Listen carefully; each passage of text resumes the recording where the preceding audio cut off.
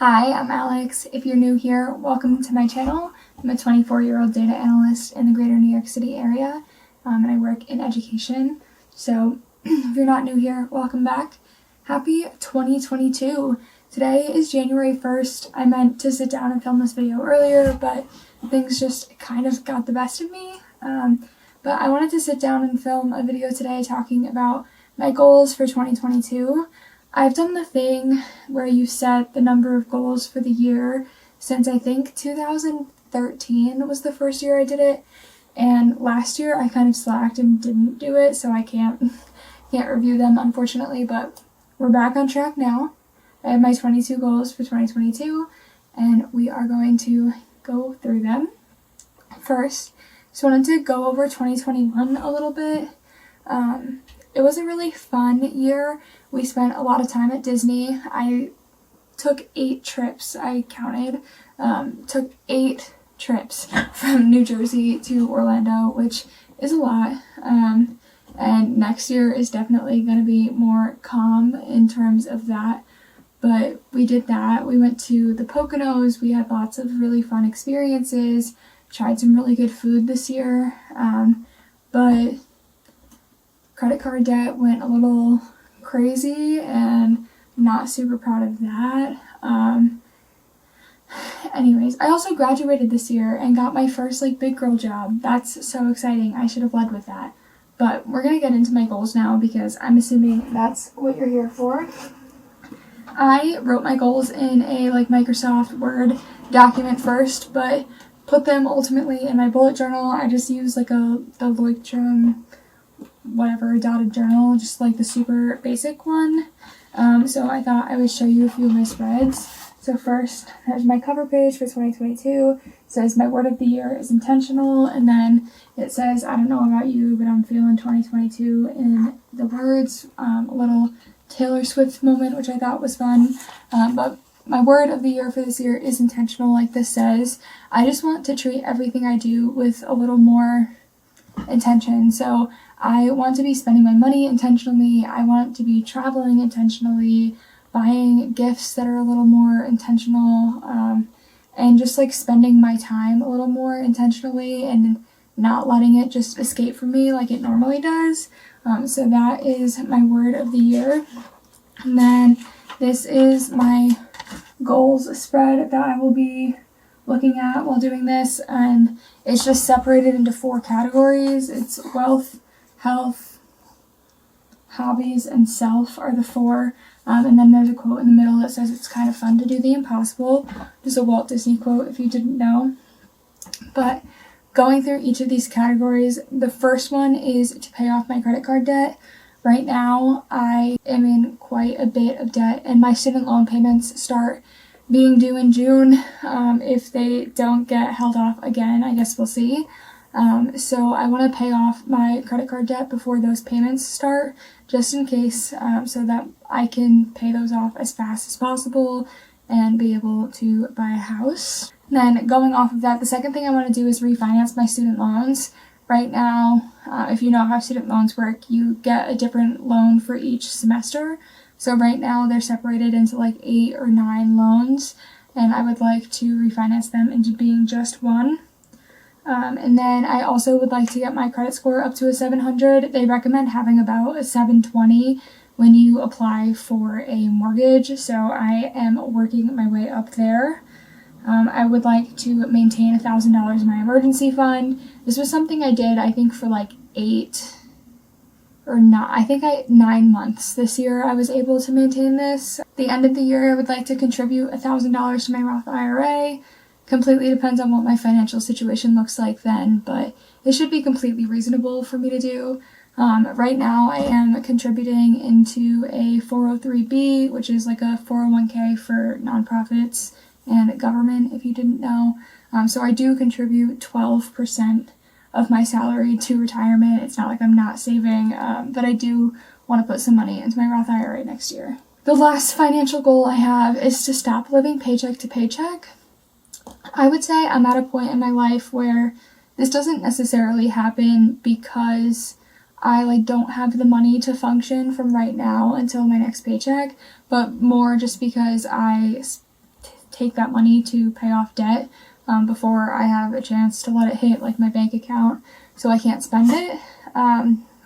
So I would like to, as part of paying off my credit cards, get to a point where I'm not worried about like where my next payment is coming from. It's all just going to come out and do its thing, and I can live even with my like student loans and feel more like financially free.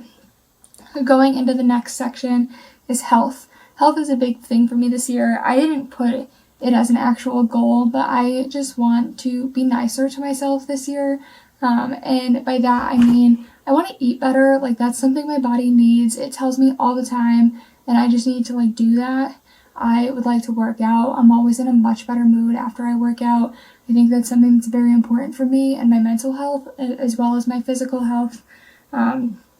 But going into my actual goals that I set, the first one was to develop a workout routine, whether that's workout 3 days a week and like go for walks 2 days a week and then take 2 days of rest. Like, that's fine. I just want to figure out something consistent that's realistic for me to stick to, even on the days where I spend 3 hours in the car driving to work and 8 hours in the office. The next thing is to drink at least 64 ounces of water daily. I am doing pretty badly already today. I've had maybe 10 ounces of water, which is pretty sad, but I need to get better about this. Last night I woke up multiple times because I had such bad like Charlie horses, and I would like to not have that issue again. So part of that is drinking water. It should also help me in terms of running. I get really bad calf cramps when I run, so I'm hoping that that helps. The next thing is to walk 1,100 miles. In summer of 2020, I set a goal to walk 300 miles in 1 month, and it was probably the most like mentally stable I felt the whole year, because I was just getting out and moving my body every day and taking in some sunshine and some fresh air, and I think it really helped. So it's something that I want to continue. I did it a lot this year. I think the first like 5 or 6 months of the year I was going for walks almost daily to Starbucks, but I haven't done that in a while. We did go for our daily walk today, so I'm glad that we did that. I felt much better, as expected, when we got back. The next thing is to stretch daily. I was debating moving this, or changing this to move my body daily, but I think I do want to stretch. If you didn't know, I was a competitive dancer for 15 years and used to be like super flexible, and it's gone. I can still like do my splits and stuff, but I can't stretch the way I used to. I can't like show off and bend the way I used to, and I want to be able to do those things again, because it also like keeps my body looser and then I end up in less pain. So I definitely would like to stretch daily. And then I also want to go to 1 workout class a month, and this is going to be an additional expense to go into the gym or using the spin bike that we have at our house or whatever I end up doing. I live right outside of New York City, so it's super easy for me to like hop on a train and go take dance classes in the city, and a couple of my like childhood choreographers teach in the city, so I kind of want to go back and take some classes with them just for fun. I really want to get myself to an Orange Theory class this year. I think that would be a lot of fun, and probably some like bar and Zumba classes, because those are my favorite. The next category is hobbies. So in this category, I would like to open my Etsy shop, and I guess the first 3 things go together. So I'd like to open my Etsy shop. I'd like to sell my first item in my Etsy shop, and then I started the Instagram account for my Etsy shop like 9 or 10 months ago, so I would like to post on that finally.